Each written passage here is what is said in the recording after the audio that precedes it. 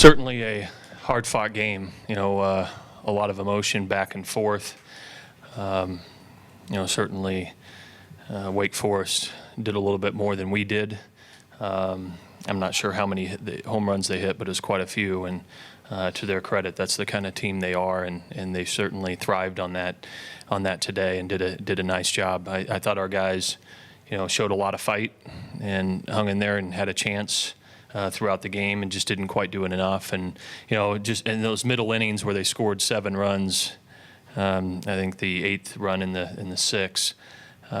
We just couldn't stop them, and that's they did a nice job of capitalizing on some opportunities, and a few of those home runs were with two strikes, and we just couldn't put them away. And tip your cap to them; they did a terrific job. Let's take questions for the players first. We'll start here. Yeah, Brian, right before the at bat with Joey Rodriguez there in the 5th, you came out to check on Alec.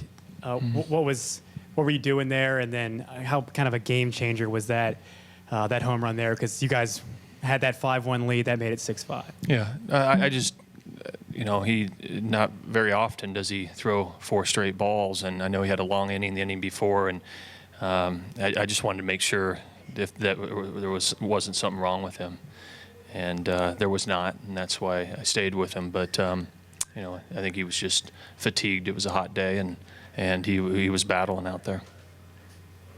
Again, let's have questions for the players first. Oh, my bad. You just don't listen. For both the guys, I know this pool play is something you're familiar with now, but knowing that you were eliminated from title game contention, did that take any juice away from you guys going into the game, or with a national seed out there, did that not matter? Yeah, I mean, I don't think we ever think about that kind of stuff. I mean, obviously it was apparent we were out, but I mean, you can't go out there thinking about that. So, I mean, we were going out there to win. I think today and tomorrow, we had to have 2 chances to, prepare for next weekend. Even though we might have been knocked out, that, there are 2 games that we can get better at, the things that we need to work on preparing for, regionals. Yeah, it looked like you were doing pretty well early in your stint. What came apart there for you? I mean, I just had a couple rough batters and just a long inning, and then out there in the 4th, like Coach said, he came out and checked on me, and I was just a little fatigued, I think, and I was just not able to make pitches I needed to. Alec, had you been in the ballpark before this weekend, and when you walked in as a pitcher, did you think hitter's park or in any way? I mean, I don't really think about those things. I mean, you can't. It's obvious that left field's short, but I'm not thinking about that out there. I'm just trying to throw strikes. For either of you guys, obviously, you gave up the 5-1 lead, but you mount a comeback in the 9th inning. Just kind of talk about how you can use that carrying over into tomorrow night's game against Louisville. Yeah, I mean, we showed a lot of fight there at the end. We just couldn't do enough, but I mean, I think it shows how this team never counts itself out.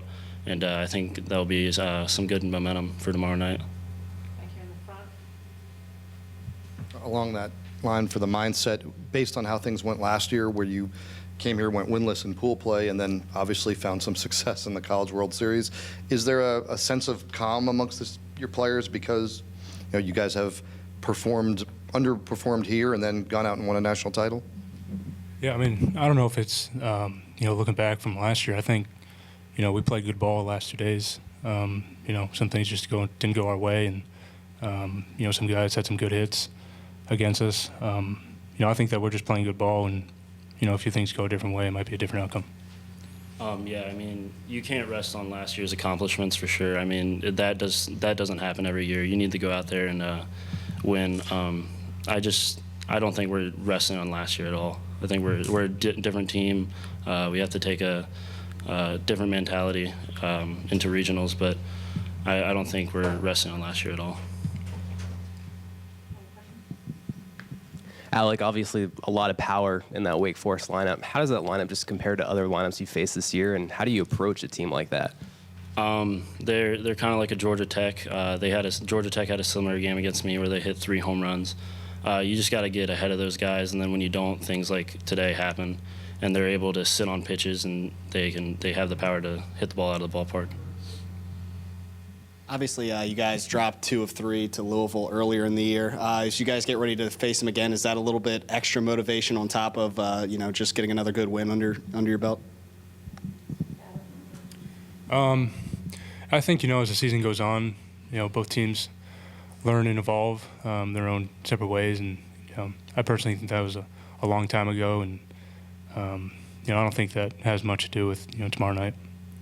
Yeah, we've come a long way since then. They haven't faced Adam yet, so that'll be something different for them. Like Adam said, teams learn things over the course of the season, so it'll be interesting to see what happens tomorrow night. You can certainly keep taking questions for the players, but we'll also open it up for questions for Coach as well.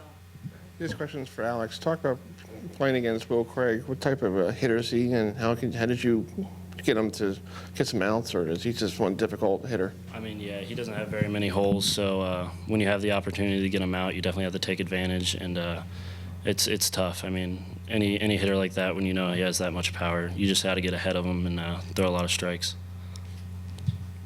Hey, Brian, you had been trying to get Daniel Lynch some work, and for various reasons it hadn't worked out. Did you come into today with the intent of using him if the possibility arose? Well, and what did it mean for him just to get out and face 4 batters like that? Well, I think it was important for Daniel Lynch to get out there and pitch, and I thought he pitched really, really well. That was good to see, and certainly we're gonna need him moving forward at some point. It wasn't for sure that he was going to pitch in this ball game. We were going to try to get him in one of the games this weekend, and so the situation dictated it. And I thought the kid threw the ball really, really well, and a real bright spot for us moving into next weekend. That we have confidence in him. Brian, I know you follow sort of the national scene. Do you think that you guys have to win tomorrow night to be a super regional, to be a national seed, or hard to tell at this point? I don't know. Honestly, I mean, I've never even talked to these guys about that stuff. I mean, we don't talk about it. I don't look at it really very much. Certainly, you read an article here and there. Everybody makes their predictions. Nobody predicted that we would go to California last year. And so you just don't know. All that we can do is try to get better as a team. That's what we need to do. That's what our focus needs to be tomorrow night. These last 2 ball games, we've lost 1-run games to 2 really, really good, deserving opponents that are both playing good baseball. We're not doing the things in these 2 games that we've been doing for 5 weeks. It's pretty simple, and it's very small things. And those are the things that we have to focus on getting back to doing tomorrow night, because those are the things that will allow us to win next weekend. So, 2 years ago, you came in here and you were talking about, you got a lot of questions about the format. Any more thoughts on the fact that before you play your second game here, you've already been eliminated? I don't.